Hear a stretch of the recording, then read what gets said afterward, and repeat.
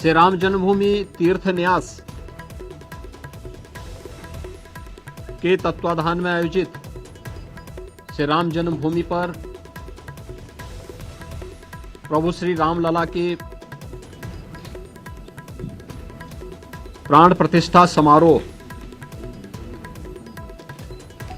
आदरणीय प्रधानमंत्री जी के कर कमलों से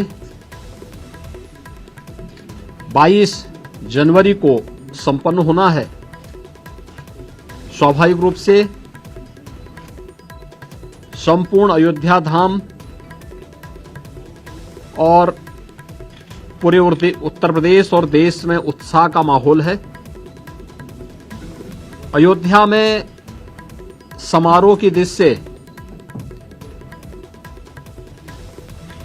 बाहर क्या व्यवस्थाएं हुई हैं, प्रशासन की इस व्यवस्था की समीक्षा करने के लिए आज पुनः मैं एक बार यहां पर आया हूं।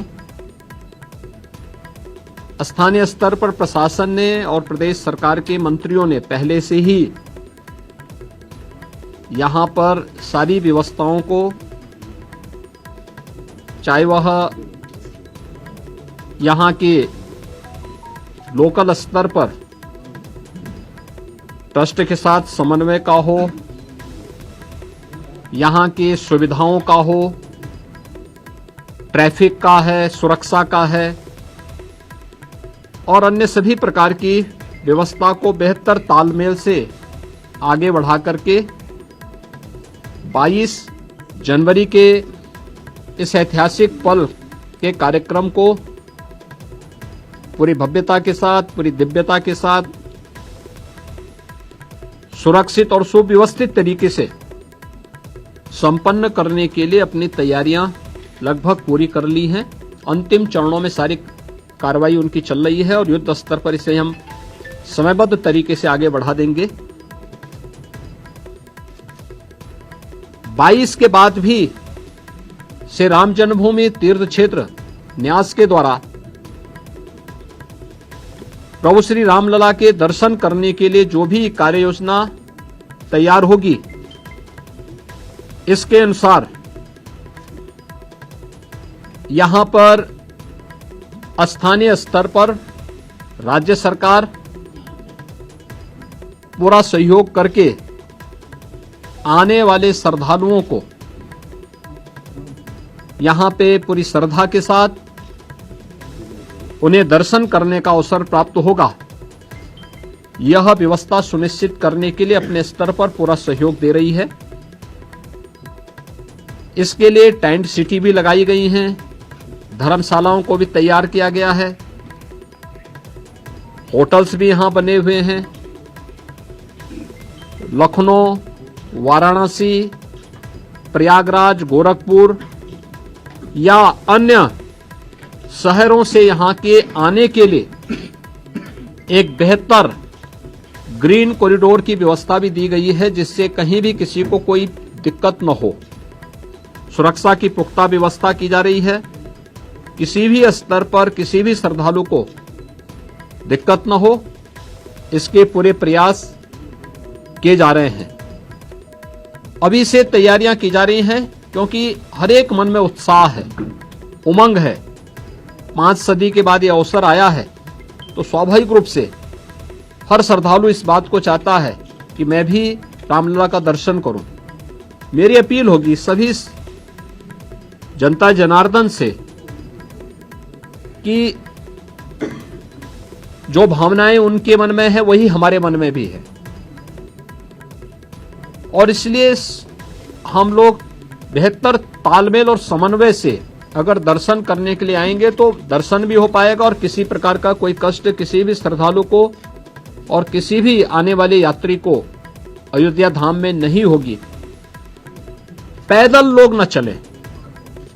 हम लोग देख रहे हैं बहुत सारी जगह से लोग पैदल चले आ रहे हैं, वे पैदल न करें। भीषण शीतलहरी चल रही है।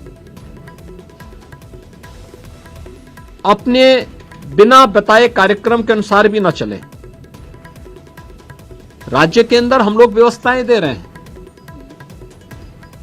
जनपदों को भी देंगे, राज्यों को भी व्यवस्था देंगे, हर एक व्यवस्था से साथ करेंगे। हम लोग भी कोऑर्डिनेशन करेंगे और हम लोग तीर्थ क्षेत्र न्यास के साथ भी हम एक इसके बारे में चर्चा करके विस्तृत कार्य योजना बनाएंगे। लेकिन अगर हर व्यक्ति अपने तरीके से आएगा तो कहीं अव्यवस्था की सी स्थिति न पैदा हो, ये हमें देखना होगा। और हर व्यक्ति इस बारे में अपना जैसे अब तक सहयोग करते रहे हैं, तो उस सहयोग को अगर आगे भी जारी रखेंगे तो हमें भी बहुत सुविधा होगी और हर एक श्रद्धालु को, आने वाले श्रद्धालु को भी प्रभु श्री रामलला के 500 वर्षों के बाद, कई शताब्दियों के बाद दर्शन करके आनंद की अनुभूति होगी, अंतःकरण से उन्हें आनंद की अनुभूति होगी। इसके लिए भी बेहतर कोऑर्डिनेशन की दिशा में प्रयास प्रारंभ किए गए हैं। मैं पूरे विश्वास के साथ कह सकता हूं कि जैसे कार्यक्रम अब तक सभी सकुशल संपन्न हुए हैं, 22 जनवरी का कार्यक्रम भी एक ऐतिहासिक कार्यक्रम है।